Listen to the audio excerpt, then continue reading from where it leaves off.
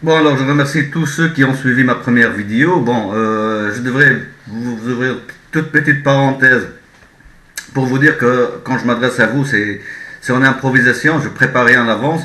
Donc, excusez si ça m'échappe des fois, quelques mots, quelques termes. Donc, bon, dans la dernière vidéo, la première avec laquelle je me suis adressé à vous, ça m'a échappé le nom du traité de Lisbonne. Bon, une chose qui est évidente, mais les trous de mémoire, ça nous arrive souvent parce que devant les tonnes d'informations qui sont précieuses qu'on devrait vous présenter parmi des fleuves d'informations, de mensonges et tout ça, donc vous tendre de l'or qu'on a cherché dans les poubelles de l'information, ça nous arrive des fois que ça nous échappe. Bon, une parenthèse que je ferme.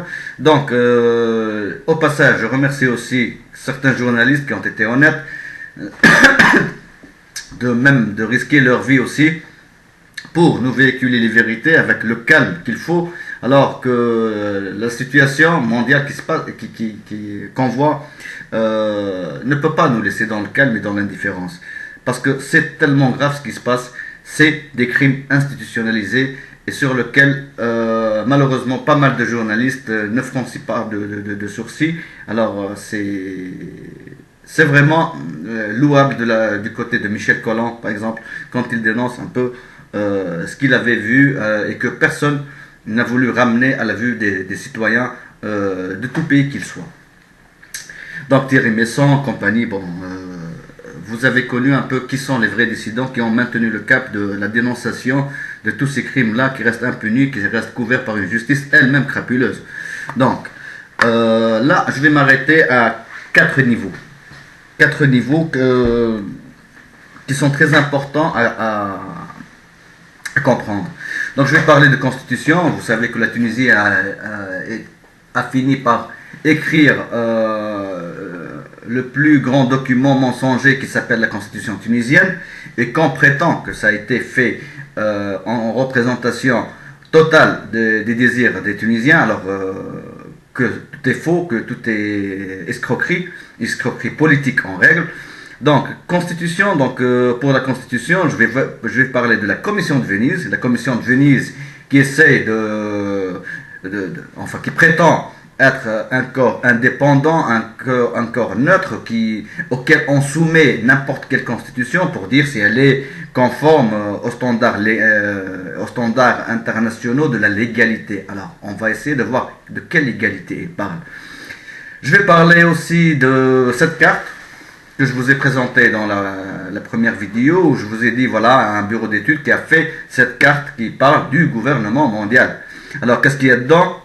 Une parenthèse encore que j'ouvre. Ce qu'il y a dedans, c'est toutes les fondations qui existent sur Terre. Donc toutes les fondations dont vous ne connaissez rien du tout, ni les détenteurs, ni leur rapport étroit les uns avec les autres, ni avec les États, les gouvernements, ni avec les banques, ni avec les corps de notation économique, ni avec les institutions militaires, ni avec les sectes, ni avec les mafias. Donc cette carte-là, il y a tout dedans. Et celui qui ne connaît pas cette carte-là, il ne peut pas nager dans le monde de la politique. Alors, c'est ça ce qu'on essaie de cacher loin de votre vue. Et ce que vous devez regarder unanimement, et tous les citoyens, qu'ils soient français, belges, anglais, tout, européens, américains, tout le monde doit regarder ça.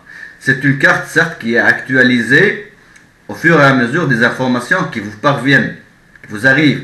Donc, ce qui fait cette carte-là, c'est comme une carte d'une ville dans laquelle vous atterrissez et que vous avez besoin d'arriver à un coin déterminé sans avoir besoin de poser de questions, sans risquer que quelqu'un vous induise en erreur.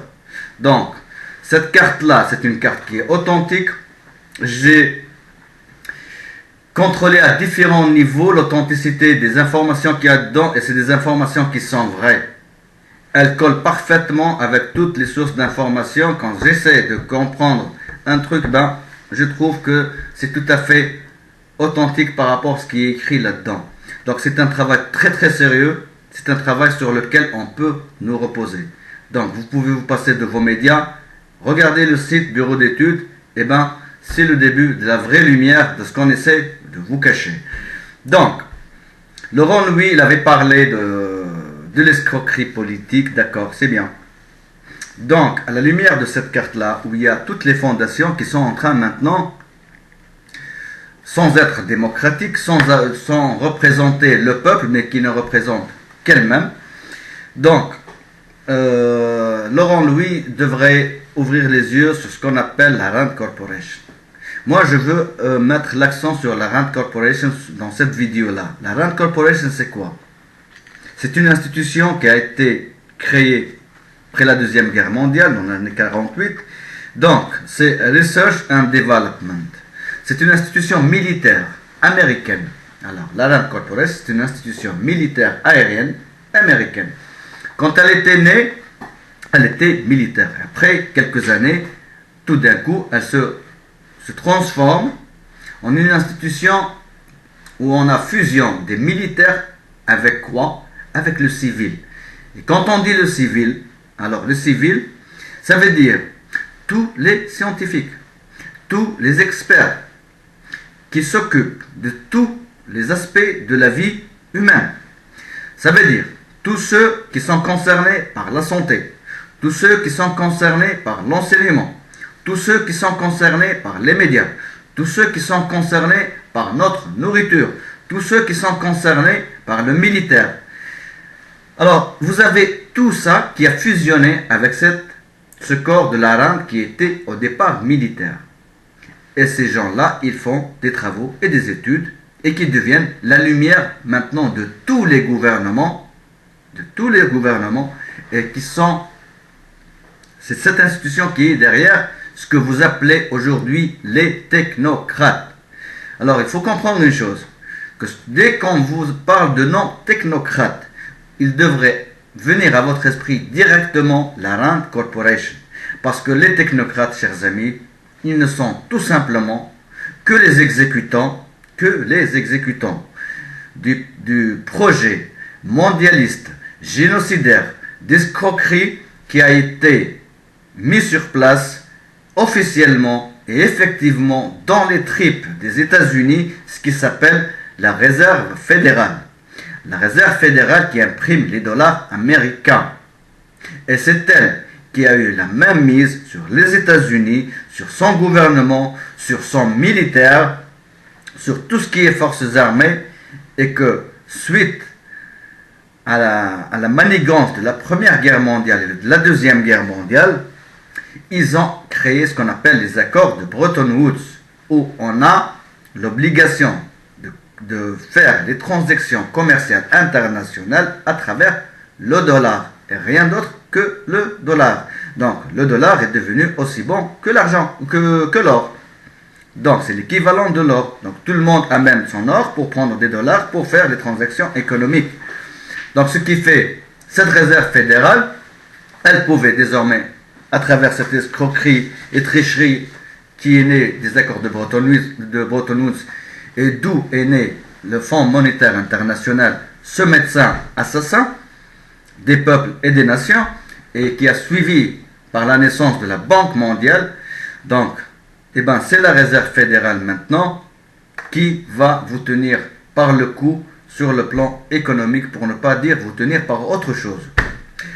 Donc, ce qui fait, qui va maintenant faire sortir toute la population de la Terre de l'ordre naturel pour imposer un ordre artificiel et qui est encerclé par ce qu'on appelle une constitution, c'est tout à fait la Rand Corporation. C'est la Rand Corporation qui vous met vos technocrates, ces personnages parachutés, vous ne savez pas d'où et dans quel fief ils ont évolué, et qu'on essaie de faire briller et de les ramener un peu dans l'atelier politique. Donc ces technocrates, ils sont les serviteurs et l'exécutant sans aucune peine et sans aucun effort à fournir de leur part que d'exécuter, de faire entrer en application les concepts de la Rand Corporation, qui sont les concepts criminels mondiaux à travers vos tops qui sont vos gouvernements et vos ministres, et surtout les chefs de cabinet. Alors, les chefs de cabinet, c'est surtout eux qui s'occupent de véhiculer les lignes directives politiques de la secte mondiale que vous appelez les Bilderberg sur le plan international, plus en intérieur chez vous en France que vous appelez le siècle. Donc, c'est des sectes à l'intérieur de sectes, à l'intérieur de sectes, et tout ça, ça concourt à quoi? À travers les fondations collatérales et qui appliquent ces préceptes de la rente. Alors, les Stiftung et tout ça, au niveau allemand et tout ça, Konrad Adenauer, les trahisons déjà, elles ont été dénoncées par Asselineau. Il avait dénoncé Konrad Adenauer qui avait trahi De Gaulle et qui avait avorté le projet d'Union européenne pour rendre l'Europe comme une queue aux États-Unis et non pas un corps indépendant. Mais c'était ça l'arnaque. Donc ce qui fait, ces gens-là, ils sont de vrais soldats, les technocrates, de vrais soldats, pour défendre un gouvernement mondial de Satan où on essaie de débarrasser toutes les populations de la Terre de tout ce qui est référence religieuse et pour ramener la religion qui était authentique, avec des livres authentiques, avec des concepts, avec des recommandations de cohésion humaine, et pour les relier ces livres-là au stade de mythe. Voilà, le mythe. Alors les gens, ils savent bien, quand ils n'arrivent pas à expliquer une chose, ils reposent sur un mythe. C'est ça, les religions, ils sont arrivés à ce que ça devienne un mythe. Ce n'est pas quelque chose qui préserve l'ordre naturel de toute société humaine qui est censée vivre la joie, le bonheur, se perpétuer, même s'il y a des guerres, que ces guerres soient naturelles, mais non pas institutionnalisées, comme est le cas maintenant. Donc, tout ce qu'on vous dit, constitution là, eh ben, c'est tout simplement, après avoir progressivement dépravé une société et l'avoir entraînée dans un rythme de vie antinaturel, alors quand ça devient ça maintenant, dans soi-disant presque après quelques années, les habitudes de la société, ça devient maintenant une minorité qu'on amplifie par les médias comme si c'était une habitude, c'est les mœurs, voilà.